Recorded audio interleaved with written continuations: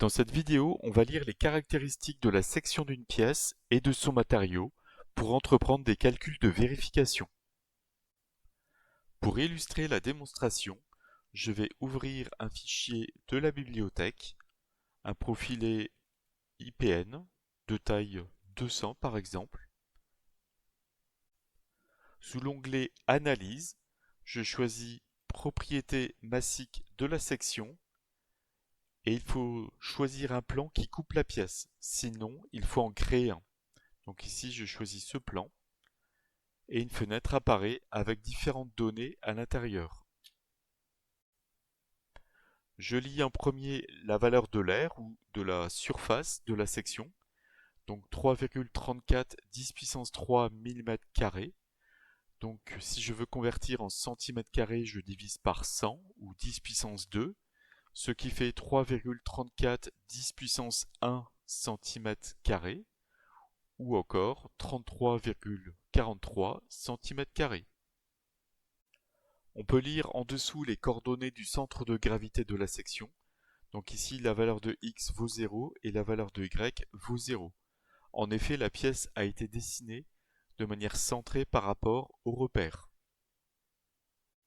Si l'on voudrait les coordonnées du centre de gravité par rapport à un autre repère, il faudrait le sélectionner ici et l'avoir créé précédemment dans la pièce.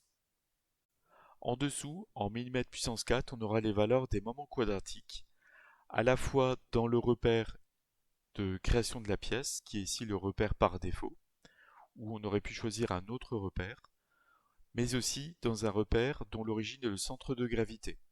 Donc on voit ici que les valeurs sont identiques, comme les repères sont confondus. Donc les valeurs des moments quadratiques se présentent sous forme d'une matrice de deux lignes de colonnes. Donc la valeur du moment quadratique autour de x vaut 2,13 10 puissance 7 mm², et la valeur du moment quadratique autour de l'axe y vaut 1,16 10 puissance 6 mm². Un peu plus bas dans la fenêtre, on voit apparaître les valeurs des rayons de gyration. Donc la valeur de R1 vaut 1,8 10 puissance 1 mm, soit 18,6 mm. Et le deuxième rayon, R2, vaut 8 10 puissance 1 mm, donc 80 mm. On retrouve bien les valeurs numériques citées précédemment dans le tableau issu de la norme.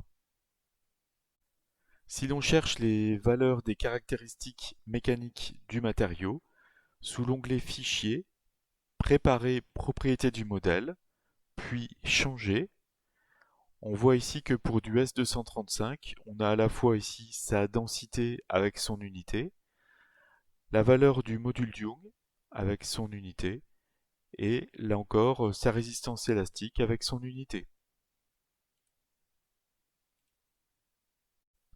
Maintenant, c'est à vous de calculer. Prenez garde aux unités utilisées dans vos calculs.